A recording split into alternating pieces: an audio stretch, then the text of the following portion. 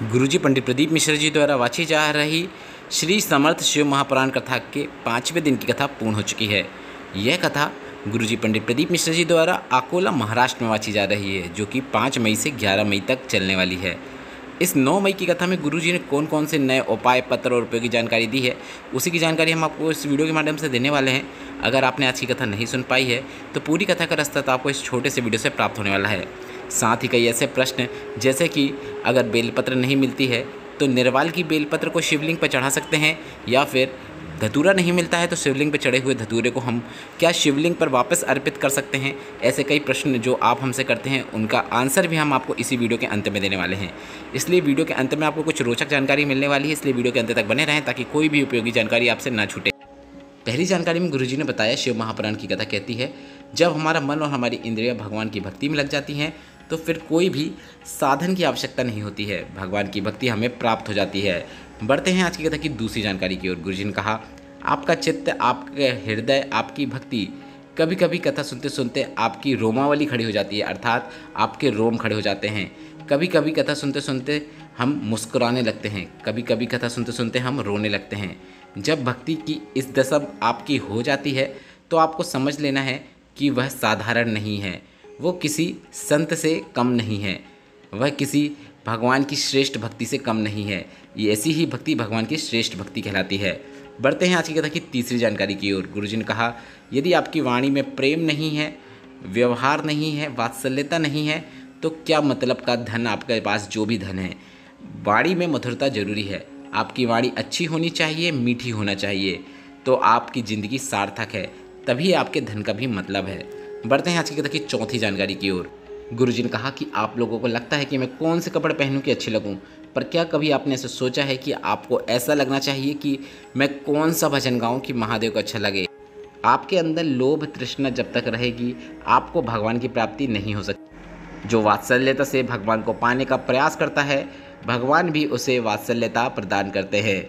बढ़ते हैं आज की कथा की पांचवी जानकारी की ओर। गुरुजी ने कहा, प्यार और प्रेम में अंतर होता है, प्रेम में समर्पण होता है, किसी का खून खच्चर नहीं होता। प्यार में समर्पण नहीं होता है, खून खच्चर ही होता है। बढ़ते हैं आज की कथा की छठवीं जानकारी की ओर। गुरुजी ने कहा, कथा, सत्संग, शिव महापुराण, शिव कथा, राम कथा, ये सभी कमाने के स्रोत नहीं होना चाहिए।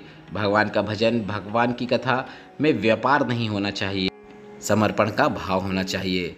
बढ़ते हैं आज की कथा की सातवीं जानकारी की ओर। गुरुजी ने कहा, तुम्हारी नौकरी चले, तुम्हारा व्यापार अच्छा चले तो तुम अपनी पत्नी के गहने बना दो, बच्चों की अच्छी शिक्षा कर दो, प्लॉट ले लो, कमाते कमाते आप ये सब कर सकते हो। उसी तरह शरीर अच्छा चल रहा है तो आप शरीर का अच्छा चलते चलते कथा में जाओ, भगवान के भजन में जाओ, दान करो, पुण्य करो और अपने जीवन को सार्थक बनाओ। बढ़ते हैं आज की कथा की आठवीं जानकारी की ओर। गुरुजी ने कहा, आप अपने बच्चों को लायक बनाओ, इतना लायक मत बनाओ कि वह तुम्हें ही सिखाने लग जाएं कि ये सही है, ये गलत है, ये मत करो, वो मत करो, उल्टा पलट के जवाब देने लगें। इतना लायक अपन को बच्चों को नहीं बनाना है। ऐसे बच्चे कब लायक से नालायक हो जाएं, कुछ नहीं कहा जा सकता। आपको अपने बच्चों को संस्कारों से जुड़ा हुआ लायक बनाना है। अपने माता पिता के शब्दों को मत काटो, ऐसा सिखाना है। माता ने क्या गलत कह दिया, पिता ने क्या गलत कह दिया, ऐसे गलती पकड़ने वाली संतान नहीं बनाना है। बढ़ते हैं आज की कथा की 9वीं जानकारी की ओर। संतोष कुमार जी पत्र लेकर आए, जिसमें उन्होंने लिखा, मैं अकोला महाराष्ट्र से आई हूँ। 2021 से आपकी कथा टीवी पर श्रवण कर रही हूँ। टीवी के माध्यम से ही कथा सुनती थी। मेरे बेटे ने भारतीय सेना में भर्ती के लिए बहुत प्रयास किया, पर उसका सिलेक्शन नहीं हो पाया। कभी रनिंग में रह जाता था, कभी कुछ में रह जाता था, कभी परीक्षा में ही रह जाता था। पर मैंने फिर अपने बेटे को 1 लोटा जल शिवलिंग पर अर्पित करने को कहा। शिव जी पर मैं भी 1 लोटा जल चढ़ाना शुरू कर दी और बेलपत्र की बीच वाली पत्ती पर शहद लगाकर उस बेलपत्र को शिवलिंग पर चिपका के जाना, जब भी तुम एग्ज़ाम में जाओ, ऐसा बेटे को सिखाया। और मेरे बेटे ने भी मेरी सभी बातों को माना और साथ में उसने और मैंने पशुपतिनाथ व्रत भी किया। मेरे बेटे की सशस्त्र सीमा बल में सिलेक्शन हो गया है, आर्मी में मेरा बेटा ज्वाइन हो गया है, अभी उसकी ट्रेनिंग चल रही है। उसी का आभार व्यक्त करने में कथा पंडाल में आई हूँ। बढ़ते हैं आज की कथा की 10वीं जानकारी की ओर। रूपाली गोपाल जी पत्र लेकर आए, जिसमें उन्होंने लिखा, आदेगांव जिला अकोला की रहने वाली हूँ। मेरे बाबा की दया का मैं क्या वर्णन करूँ, गुणगान करते मेरे शब्द नहीं रुकते। मुझे एक बच्चा हुआ था, डिलीवरी के समय वह बच्चा शांत हो गया। 2010 में बच्चा शांत हुआ था और उसके बाद संतान का सुख नहीं मिला। 2022 आ गया, 12 साल लगभग हो गए पर हमें संतान का सुख नहीं मिला। जब सबने मना कर दिया था, फिर हमने आपकी टीवी में शिव महापुराण की कथा सुनी और मन में आया कि सब करके देख रहे हैं, क्यों ना हम भी करें। तो मैंने भी पशुपतिनाथ व्रत किया और बाबा की कृपा से गर्भ ठहर गया है। उसी का आभार व्यक्त करने में कथा पंडाल में आई हूँ। कहते हैं आज की कथा की 11वीं जानकारी की ओर श्रद्धा जी पत्र लेकर आई, जिसमें उन्होंने लिखा, अकोला महाराष्ट्र की रहने वाली हूँ। मेरी नानी जी 78 वर्ष की हैं, जिनका सर में रक्त जम गया था, खून का थक्का जम गया था, बोलना चलना सब बंद हो गया था। वह कोमा में चली गई थी। डॉक्टर ने ऑपरेशन की कह दिया था, पर वह कोमा से आएंगी कि यह नहीं, यह भी कंफर्म नहीं था। कुछ नहीं बोल पाते थे, पलंग में वह पड़े रहे। डॉक्टर ने ऑपरेशन भी किया, पर ऑपरेशन के बाद भी कुछ भी नहीं हुआ। उनके हाथ पांव भी नहीं हिलते थे, दिन भर पलंग में पड़े रहते थे। इसके बाद डॉक्टर ने कहा कि एक और ऑपरेशन होगा, पर उसकी भी जिम्मेदारी नहीं है कि फ़ायदा होगा कि नहीं। 15 दिन वह हॉस्पिटल में रहे, पर कोमा में ही। फिर हम उन्हें घर पर लेकर आ गए। इसके बाद हमने शिवलिंग पर चढ़े हुए रुद्राक्ष वाला जल उन्हें 2-2 बूंद देना शुरू किया। 8 ही दिन हुए थे कि वह वापस खड़े हो गए और वह बोलने भी लगीं। अब वह पूरी तरीके से ठीक हो गई हैं। उसी का आभार व्यक्त करने में कथा पंडाल में आई हूँ। बढ़ते हैं आज की कथा की 12वीं जानकारी की ओर।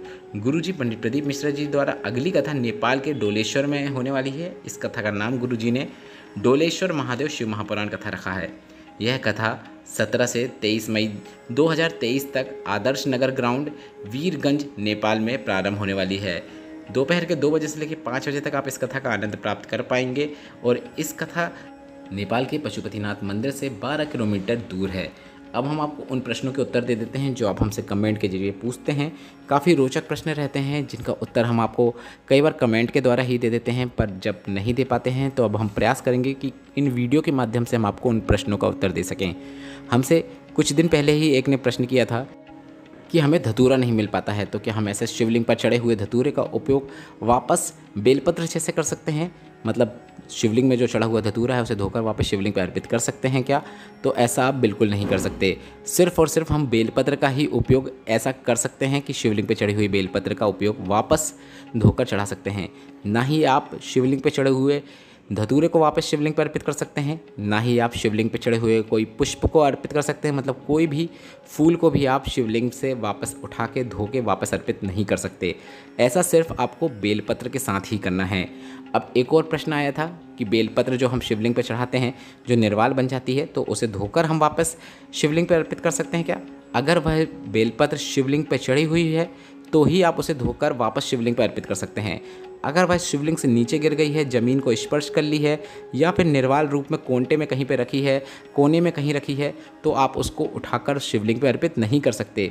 वह निर्वाल बन चुकी है, अब उसका आपको वापस शिव जी की पूजा में उपयोग नहीं करना है। यह काफ़ी बड़ा दोष होता है, तो इस बात का ध्यान रखें। अगर आपको बेलपत्र शिवलिंग पर अर्पित करना है, बेलपत्र नहीं है, तो आप शिवलिंग पर अगर कोई बेलपत्र चढ़ी हुई है जो शिवलिंग पर ही स्पर्श है, उसी बेलपत्र का आपको उपयोग करना है। अन्यथा आपको शिवलिंग के नीचे गिरी हुई या ज़मीन में गिरी हुई बेलपत्र का या निर्वाल की बेलपत्र का उपयोग नहीं करना है। एक ने और प्रश्न किया था कि एक मंदिर की बेलपत्र को क्या हम दूसरे मंदिर में जाकर अर्पित कर सकते हैं? नहीं, आप ऐसा बिल्कुल नहीं कर सकते हैं, क्योंकि वह निर्वाल बन चुकी है, तो ऐसी बेलपत्र का उपयोग आप दोबारा नहीं कर सकते हैं। अब एक और प्रश्न का उत्तर आपको बता देते हैं। सब लोग बेलपत्र का आचमन करना चाहते हैं, पर बेलपत्र का आचमन आपको कैसे करना है? आप बेलपत्र शिवलिंग में कहीं से भी नहीं उठा सकते। मतलब माता पार्वती के कटी भाग में है तो वहाँ से भी नहीं उठा सकते, माता अशोक सुंदरी के स्थान में है तो वहाँ से भी नहीं उठा सकते। मतलब आचमन के लिए आपको बता रहे हैं औषधि रूप में। चढ़ाने के लिए तो आपको हमने बता दिया है कि शिवलिंग में यदि माता अशोक सुंदरी के स्थान पर भी बेलपत्र चढ़ी है तो उसको उठाकर आप वापस शिवलिंग पे अर्पित कर सकते हैं। पर जो बेलपत्र आपको औषधि रूप में चाहिए है, जिसका आप सेवन करना चाहते हैं, जिसकी आप दवाई रूप में खाना चाहते हैं, जैसा कि गुरुजी बताते हैं, तो गुरुजी ने ही बताया है आपको सिर्फ और सिर्फ उस बेलपत्र का आचमन करना है। जो शिवलिंग रहती है, जो पिंडी रहती है शंकर भगवान की, उसमें जो स्पर्श बेलपत्र है उसका ही आचमन करना है। गणेश भगवान, शरण्य कार्तिकेय, माता अशोक सुंदरी, शिवलिंग का कटी भाग, यहाँ पर भी कई बेलपत्र रहती हैं जो नीचे गिर जाती हैं शिवलिंग के, जो शिवलिंग से स्पर्श नहीं होती हैं, उनका आपको आचमन नहीं करना है। वह औषधि रूप में आपके लिए कार्य नहीं कर सकती हैं। औषधि रूप में वही बेलपत्र लेना है जो शिवलिंग से चिपकी हुई हो, शिवलिंग के ऊपर अर्पित हो। उस बेलपत्र को ही उठाकर आपको आचमन करना है, अपने औषधि रूप में खाना है। अभी भी आपके मन में कई प्रश्न हो तो आप हमसे कमेंट के जरिए पूछ सकते हैं। इस वीडियो में मैंने आपके कई प्रश्नों के उत्तर देने की कोशिश की है। वीडियो उपयोगी लगा हो तो वीडियो को लाइक करके कमेंट बॉक्स में हर हर महादेव टाइप करना मत भूलिएगा। श्री शिवाय नमस्तुभ्यम। हर हर महादेव।